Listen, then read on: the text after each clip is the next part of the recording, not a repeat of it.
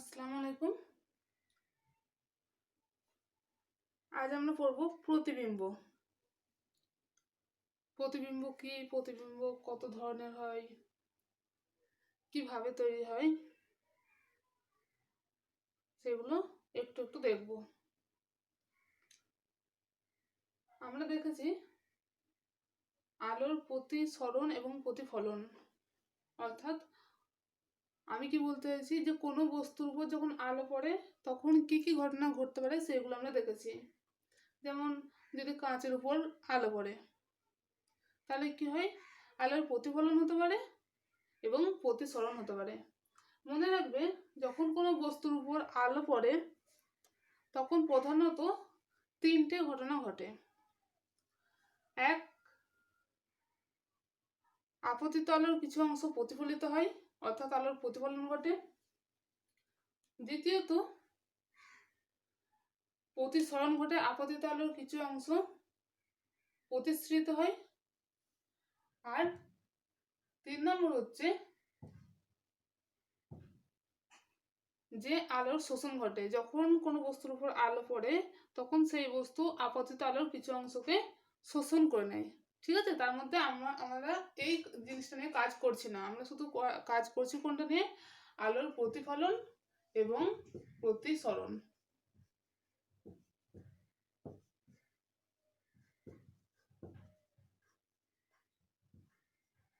আর কি কি ঘটতে পারে বললাম, প্রতিফলন ঘটে, প্রতিসরণ ঘটে, আর শোষণ ঘটে। আপতিত আলোর কিছু অংশ ওই মাধ্যম দ্বারা শোষিত হয়। ঠিক আছে, কিন্তু আমরা কাজ করব কোন দুটো নিয়ে, শুধু আলোর প্রতিফলন এবং প্রতিসরণ।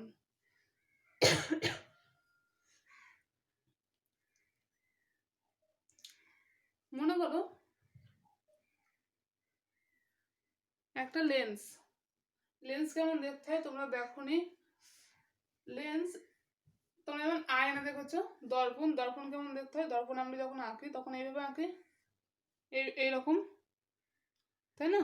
আমি যখন দর্পণ আঁকি তখন তো এরকম করে আঁকি, একটা সমান দাগ দিই, অর্থাৎ সমান্তরাল দর্পণ, যেটাকে আমরা আয়না দেখি। আয়না কি সামনেটা এরকম সোজা হয় না, সামনেটা একদম সোজা হয়ে কোনো বাঁকা থাকে না, ওই জন্য ওইটাকে আমরা এইভাবে দেখাই। কিন্তু লেন্স কেমন দেখতে, লেন্স এই রকম দেখতে।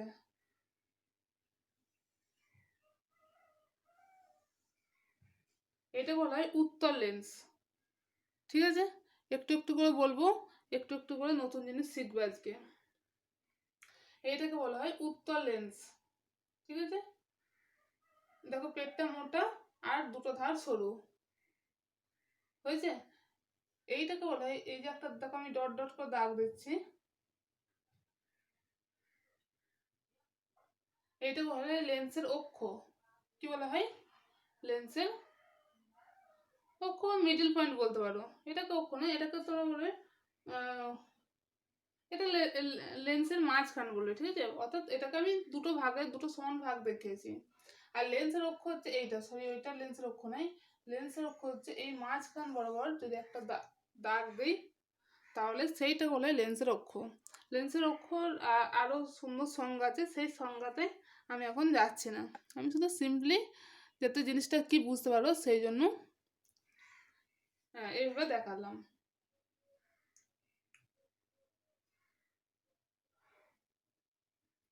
ঠিক আছে, অর্থাৎ এই লেন্সটার কেন্দ্র বরাবর যদি একটা রেখা চলে যায় সেই রেখাটাকে বলবো আমরা লেন্সের অক্ষ। তাহলে এইটাকে আমরা কি বলছি, এটাকে বলছি উত্তল লেন্স।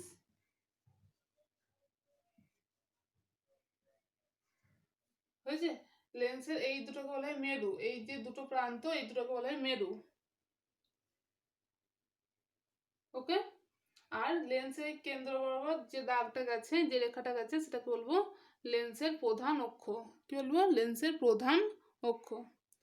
লেন্সের প্রধান অক্ষের সঙ্গে সমান্তরাল ভাবে, কেমন ভাবে, সমান্তরাল ভাবে যদি কিছু আলোক রশ্মি এসে লেন্সের উপর আপতিত হয়, দেখো লেন্সের অক্ষের সাথে সব রশ্মিগুলো সমান্তরাল না, তাহলে সমান্তরাল রশ্মিগুচ্ছগুলো কার সঙ্গে সমান্তরাল হচ্ছে এক্ষেত্রে, লেন্সের প্রধান অক্ষের সঙ্গে সমান্তরাল। যদি লেন্সের প্রধান অক্ষের সঙ্গে সমান্তরাল কিছু আলোকরশ্মি এসে লেন্সের উপর আপতিত হয়, তাহলে প্রতিসরণের পর দেখা যায় যে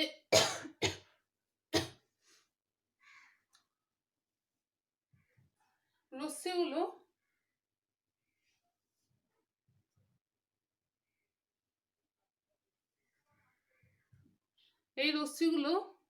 প্রতিসরণের পর দেখা যায় যে লেন্সের উপর একটা নির্দিষ্ট বিন্দুতে এসে লেন্সের প্রধান অক্ষের উপর একটা নির্দিষ্ট বিন্দুতে এসে মিলিত হয়েছে।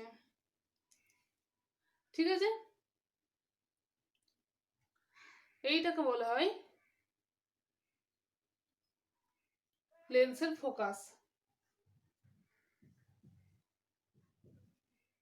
তোমরা বলবে ম্যাম প্রতিবিম্ব পড়াচ্ছেন, এসব কি বলছেন আবার, লেন্স কোথা থেকে চলে এলো? কারণ যে প্রতিবিম্ব বলবো সেটাই এইখান থেকেই শুরু করব।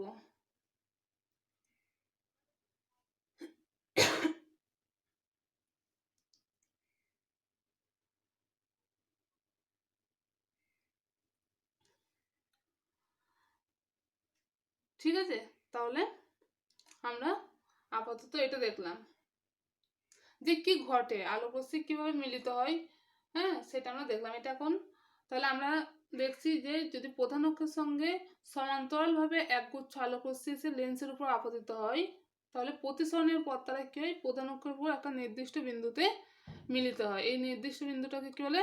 ফোকাস। এটা থাক, হ্যাঁ এটা একটু পরে আবার বলবো। এবার এখানে দেখো কি হয়। মনে করো এখানে একটা বস্তু রাখা আছে, সেই বস্তুটা যদি থাকে তাহলে তার থেকে আলো আসবে, আলো বার হবে, আলো এসে কিসের উপর পড়ছে? দর্পণের উপর। এটা কি দর্পণ? সমান্তরাল সমতল দর্পণ। এটা কি দর্পণ? সমতল দর্পণ, বা মনে করো আয়না। তাহলে এইখান থেকে একটা আলোকরশ্মি এসে কোথায় পড়ছে? লেন্স তোমার দর্পণের উপর পড়ছে। তাহলে দর্পণের উপর যদি পড়ে এইটা, তাহলে মনে করো আমরা কি জানি যে লেন্সের বা দর্পণের বা প্রতিফলকের আপতন বিন্দুর উপর অঙ্কিত লম্বকে কি বলে? অভিলম্ব, তাই তো? তাহলে আপতন বিন্দুর উপর আমি একটা অভিলম্ব টানলাম, তাহলে এইটা হচ্ছে আমার আপতন কোণ। আর আমরা জানি আপতন কোণ যত হবে প্রতিফলন কোণ তত হবে। তাহলে আলোটা কি হবে? লেন্স দর্পণের উপর পড়ে এইভাবে প্রতিফলিত হয়ে যাবে। হবে কি হবে না? হয়ে যাবে। আচ্ছা বলো তো, তোমাদের আগেও বলেছিলাম যে একটা বস্তু থেকে কি একটা আলোকরশ্মি বের হয়? আরো অনেক আলোকরশ্মি বার হবে। ঠিক আছে, তার মধ্যে আমি দুটো রেখাকে দেখাবো, দুটো রশ্মিকে দেখাবো। একটা এটা দেখালাম, আর একটা লেন্সের উপর এই দর্পণের উপর লম্বভাবে পড়েছে। কিভাবে পড়েছে? লম্বভাবে।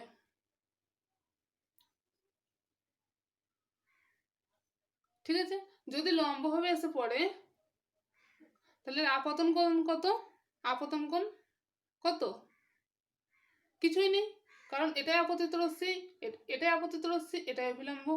তাহলে একটাই, যেহেতু আপতিত রশ্মির অভিলম্ব যদি একটাই হয়, তাহলে তাদের মধ্যে কোণ কত? শূন্য। ঠিক আছে, তাহলে লম্বভাবে আপতনের ক্ষেত্রে আপতন কোণের মান কত? শূন্য। তাহলে রশ্মি যদি এইভাবে আপতিত হয়, তাহলে এই যত ডিগ্রি কোণ আপতিত হচ্ছে তত ডিগ্রিতেই প্রতিফলিত হবে। আমরা তাই জানি তো, যত ডিগ্রি কোণে আপতিত হচ্ছে তত ডিগ্রি কোণেই প্রতিফলিত হবে। তাহলে যেহেতু 0 ডিগ্রি কোণে আপতিত হয়েছে, তাহলে 0 ডিগ্রিতেই প্রতিফলিত হবে। যদি আশপাশ দিয়ে আমার রশ্মিটা প্রতিফলিত হতো, তাহলে কিছু না একটু ছোট কোণও তো উৎপন্ন হতো। তাহলে আপতন কোণ আর প্রতিফলন কোণের মান সেক্ষেত্রে সমান হয়ে যেত না? হতো কি? যদি আপতন কোণ কত হচ্ছে ক্ষেত্রে 0 ডিগ্রি, কিন্তু যদি রশ্মিটা এরকম ভাবে প্রতিফলিত হতো, তাহলে তখন প্রতিফলন কোণ কত হয়ে যেত? অভিলম্বের সঙ্গে একটা ছোট্ট কোণ হয়ে যেত। কিন্তু সেটা তো হওয়ার নয়, কারণ আপতন কোণ যদি 0 ডিগ্রি হয় তাহলে প্রতিফলন কোণও 0 ডিগ্রি হবে। ওই জন্য প্রতিফলিত রশ্মিটাও যে পথে আলো এসেছে সেই পথেই কি হবে? প্রতিফলিত হয়ে যাবে। হয়েছে? এই বিন্দু ক্লিয়ার। তাহলে দেখো এই বস্তুটা থেকে দুটো আলো বার হয়েছে, ঠিক আছে? এই বস্তুটা থেকে দুটো আলোক রশ্মি বার হয়েছে। সেই আলোক রশ্মিটা দেখো কোনোভাবে এই রশ্মিটাকে তুমি যতই বাড়াও, এই রশ্মিটাকে আপাতত রশ্মিটাকে যদি আমি এদিকে বাড়িয়ে দিই আর প্রতিফলিত আলোক রশ্মিটাকে যদি এদিকে বাড়িয়ে দিই, তাহলে এরা দেখো, সরি প্রতিফলিত বলছি, এই আরেকটা যে রশ্মি আপতিত হয়েছে সেই রশ্মিটাকে যদি আমি বাড়িয়ে দিই, তাহলে এরা দেখো কখনোই কোথাও গিয়ে মিলিত হবে না। হবে কি? কখনোই কোথাও গিয়ে মিলিত হবে না। কিন্তু যদি এই প্রতিফলিত রশ্মিটা, এই যে একটা রশ্মি প্রতিফলিত হয়েছে, এই প্রতিফলিত রশ্মিটাকে যদি আমি পিছনের দিকে বাড়িয়ে দিই, এটা কোন দিক? পিছনের দিক, উল্টো দিক, পিছনের দিকে বাড়িয়ে দিই। আর এই প্রতিফলিত রশ্মিটাকে যদি আমি পিছনের দিকে বাড়িয়ে দিই,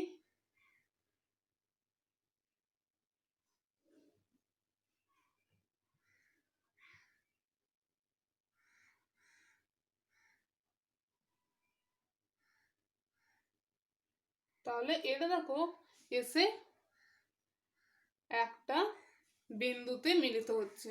হচ্ছে কি হচ্ছে না? হচ্ছে।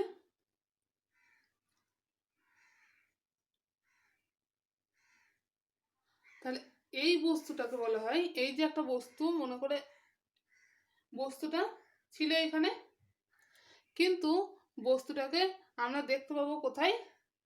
এইখানে। এইটাকে বলা হয় প্রতিবিম্ব। অবিকল একই রকম দেখতে বস্তুটাকে, কিন্তু বস্তুটা অ্যাকচুয়াল ওই বস্তুটা না। বস্তুটা ছিল কোথায়? এখানে। তাহলে ওটাই বস্তুটা নয়। এই বস্তুটা যেটা বস্তুটা আমরা দেখছি সেইটা কিন্তু এই বস্তুটাই নয়, কিন্তু ওইটার মতোই হুবহু একই রকম দেখতে এই বস্তুটা। এই বস্তুটাকে বলা হয় প্রতিবিম্ব। বোঝা গেছে?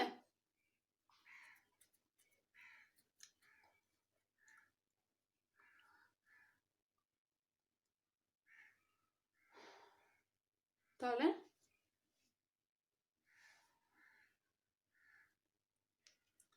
হ্যাঁ, এবার তাহলে বলি আর একটা জিনিস বলি, যদি এইখানে চোখ রাখা হয়, যদি এখানে চোখ রাখা হয়, তাহলে এই বস্তুটাকে মনে হবে যে কোথায় আছে? এইখানটাই রয়েছে। যদি এইখানে চোখ রাখা হয়, যেখানে আলো প্রতিফলিত হচ্ছে সেইখানে যদি চোখ রাখা হয়, তাহলে এই বস্তুটাকে, এই মনে করো এটা পি বস্তু, পি বস্তুটাকে কোথায় মনে হবে? যে ধরো মনে করো পি বিন্দুতে বস্তুটা আছে, মনে হবে কোথায় আছে বস্তুটা? মনে হবে বস্তুটা পি প্রাইম বিন্দুতে রয়েছে। এটা কিন্তু বাস্তবে নয়। এইখানে কিন্তু বস্তুটা নেই। আয়নার ভিতরে বস্তুটা ঢুকে যায় কি? ঢুকে যায় না। কিন্তু আমাদের মনে হয় কি যে বস্তুটা এখানে নয়, বস্তুটা এখানে আছে। আমরা যখন আয়নার সামনে গিয়ে দাঁড়াই তখন মনে হয় যে আমরা আয়নার বাইরে আছি, আমার মনে হয় না আমরা আয়নার ভিতরে চলে গেছি। আয়না থেকে বস্তুটা যত দূরত্ব থাকে, আয়না থেকে এই প্রতিবিম্ব যেটা তোমার মনে হওয়া, সেটাও ততটাই দূরত্বে থাকে। ঠিক আছে? তাহলে প্রতিবিম্বের সংজ্ঞাটা এবার কি বলবো? কোনো বিন্দু থেকে আগত মানে আসা, কোনো বিন্দু থেকে আসা আলোক রশ্মিগুচ্ছ প্রতিফলিত, এই যে দেখো প্রতিফলিত বা প্রতিসৃত হয়ে যদি কোনো বিন্দুতে প্রকৃতই মিলিত হয়। এখানে দেখো এইখানে যখন হচ্ছিল, যেহেতু এখানে আমি বললাম না কেন এইখানে বস্তুটাকে দেখানো যাবে না, ঠিক আছে? আর বস্তুটাকে দেখালে আরো ছবি অনেক বড় হবে। আমি চেষ্টা করছি একটু পরে আর একটা ছবি দেখানোর রকম, যাতে তোমাদের ওই ধারণাটাও স্পষ্ট হয়ে যায়।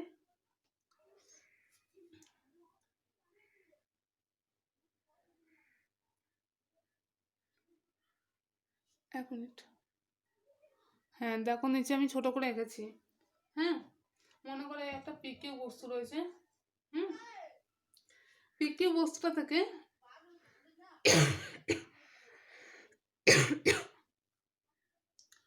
পিকিউ বস্তুটা থেকে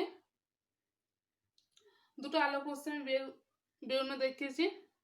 একটা কি হচ্ছে প্রধান অক্ষের সঙ্গে দেখো সমান্তরালভাবে গেছে, দিয়ে প্রতিসৃত হয়েছে।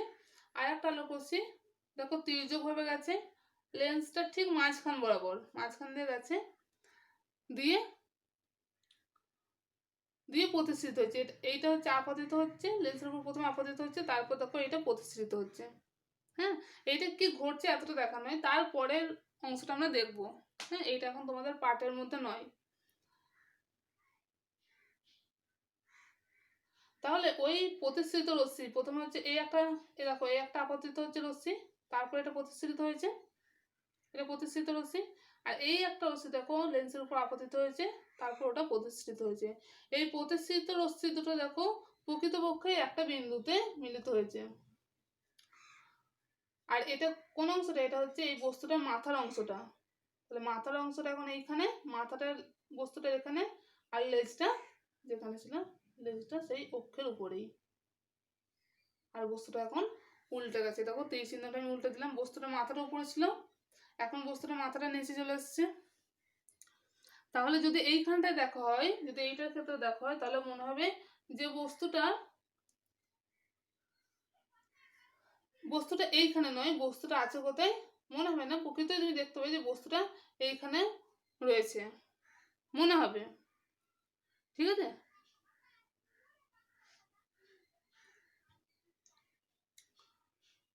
তাহলে একটা হচ্ছে যে আপতিত আলোক রশ্মিগুলো প্রতিসৃত হয়ে প্রকৃতই একটা বিন্দুতে মিলিত হচ্ছে, দেখো প্রকৃতই একটা বিন্দুতে এসে মিলিত হচ্ছে।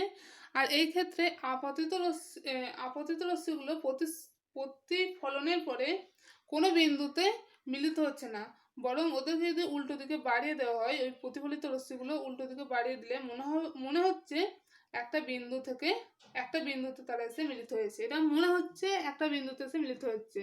কিন্তু এক্ষেত্রে দেখো লেন্সের ক্ষেত্রে প্রকৃতই আপতিত রশ্মিগুলো একটা বিন্দুতে মিলিত হয়েছে। তাহলে এইটাকে বলা হয় প্রতিবিম্ব।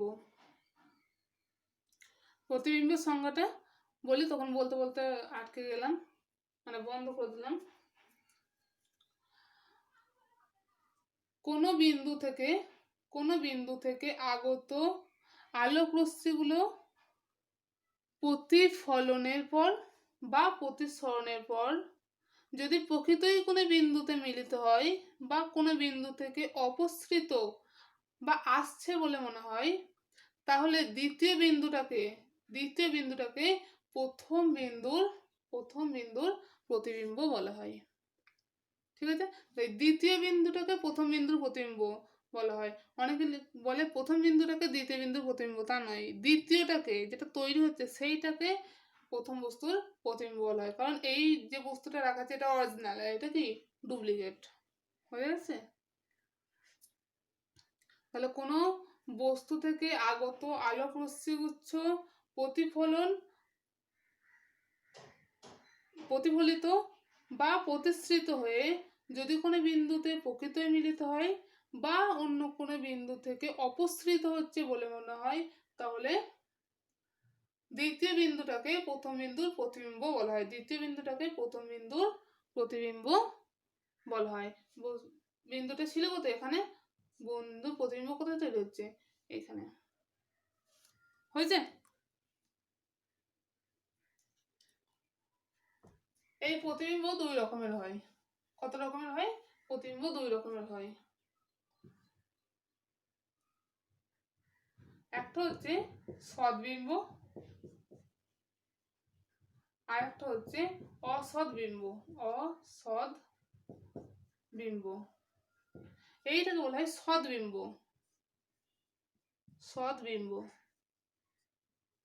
তন্তস্ব দ, ঠিক আছে, তো নয় বা খন্দত্ব নয়, সৎ নয়, সদ। আর এইটাকে বলা হয় অসৎ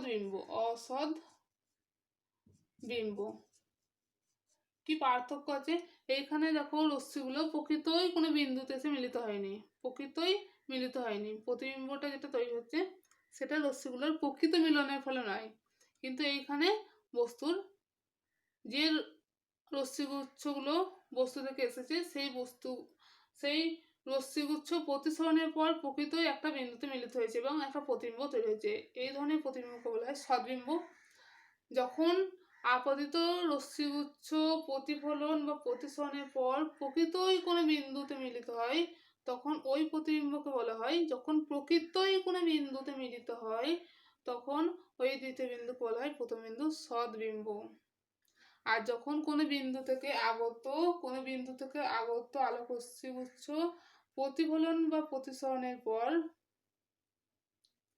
কোনো বিন্দুতে প্রকৃতই কোনো বিন্দুতে মিলিত না হয়ে কোনো বিন্দু থেকে অপসৃত হচ্ছে বলে মনে হয়, অপসৃত হচ্ছে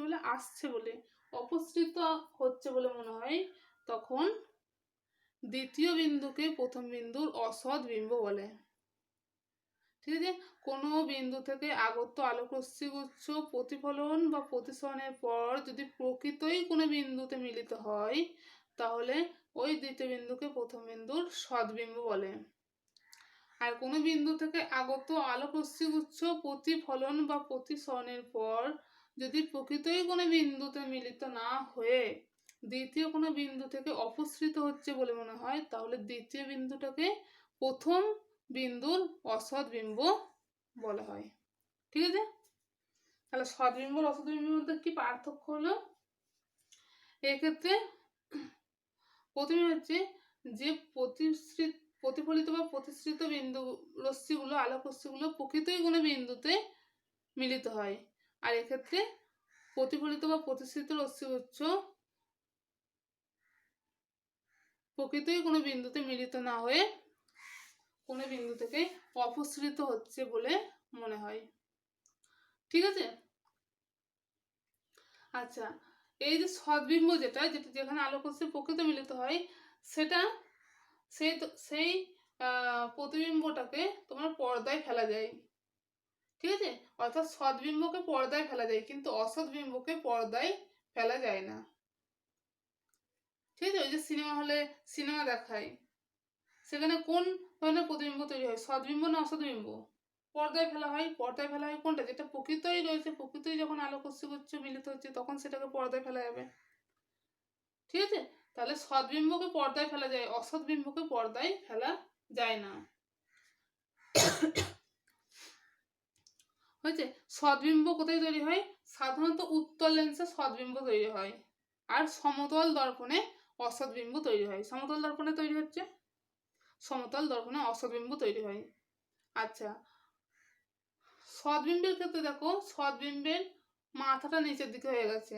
ঠিক আছে, ছিল কোথায়? উপরের দিকে, হয়ে গেছে কোথায়? নিচের দিকে, মানে উল্টে গেছে। তাহলে সদ্বিম্ব হচ্ছে অবশীর্ষ হয়। কি হয়? সাধারণত কথাটা অবশ্যই লাগাবে। সাধারণত সদ্বিম্ব অবশীর্ষ,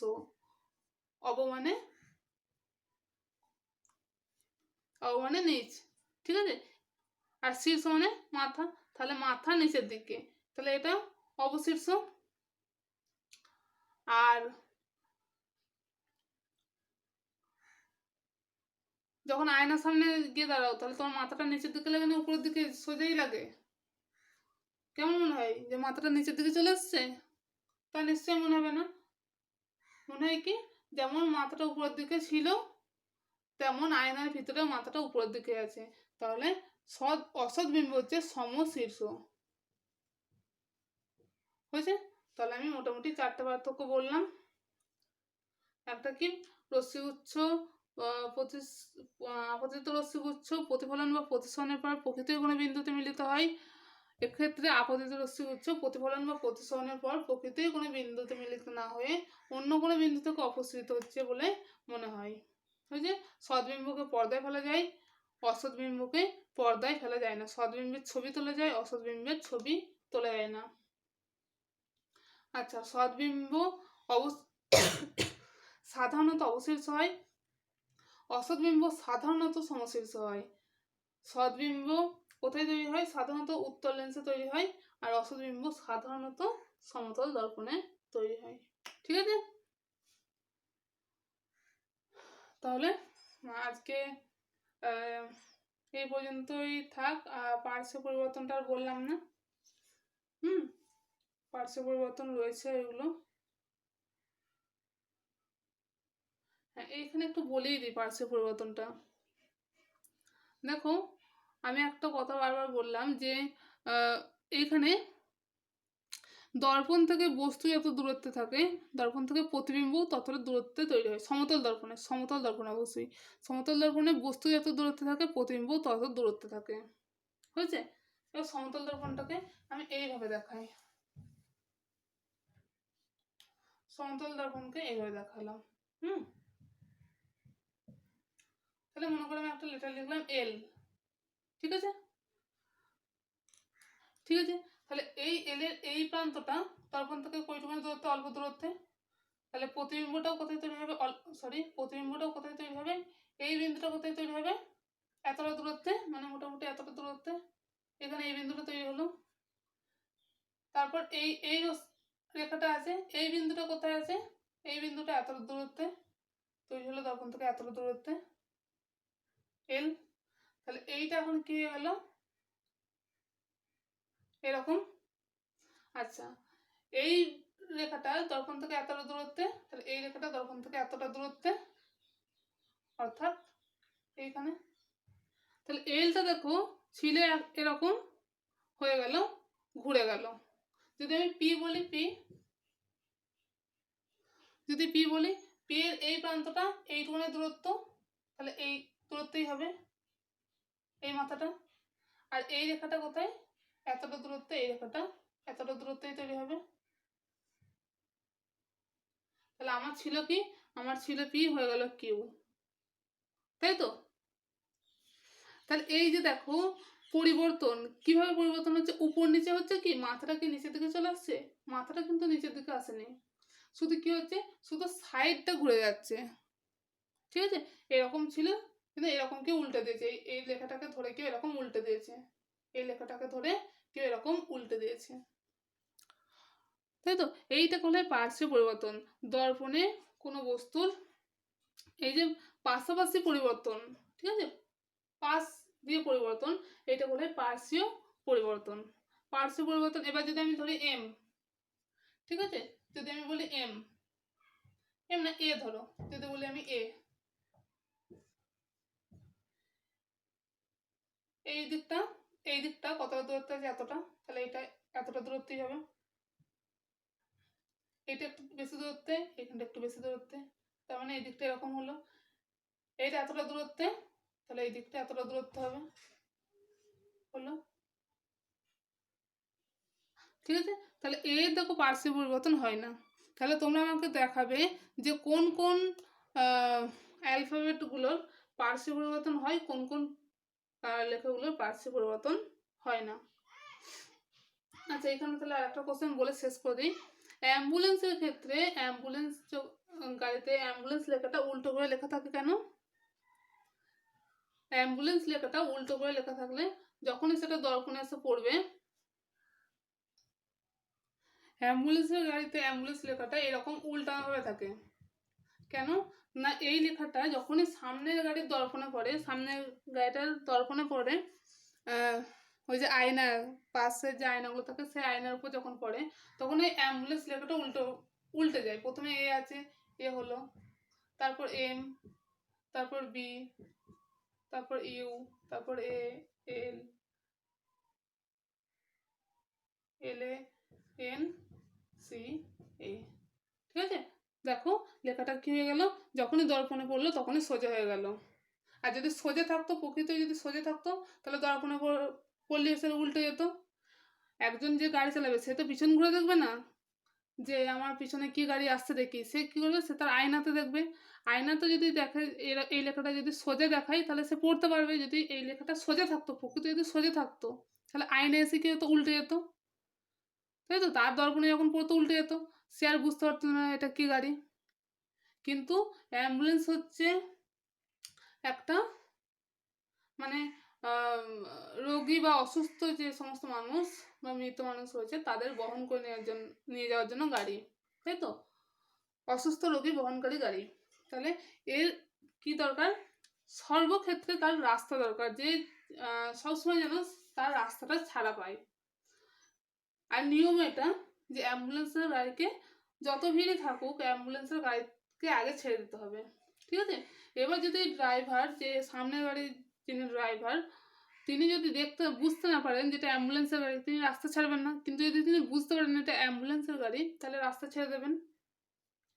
সেই কারণে এই লেখাটাকে এরকম উল্টোভাবে রাখা হয়, যাতে সামনের গাড়ির দর্পণে পড়ে এই লেখাটা দর্পণে পার্শ্বে পরিবর্তন ঘটে সোজা হয়ে যায়, এবং ড্রাইভার যেন লেখাটা পড়তে পেরে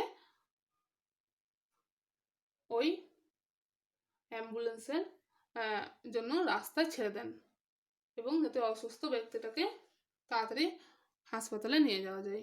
ঠিক আছে। এই কারণে অ্যাম্বুলেন্সের গাড়িতে অ্যাম্বুলেন্স লেখাটা উল্টোভাবে লেখা থাকে। ঠিক আছে, তাহলে প্রতিবিম্ব হয়ে গেল।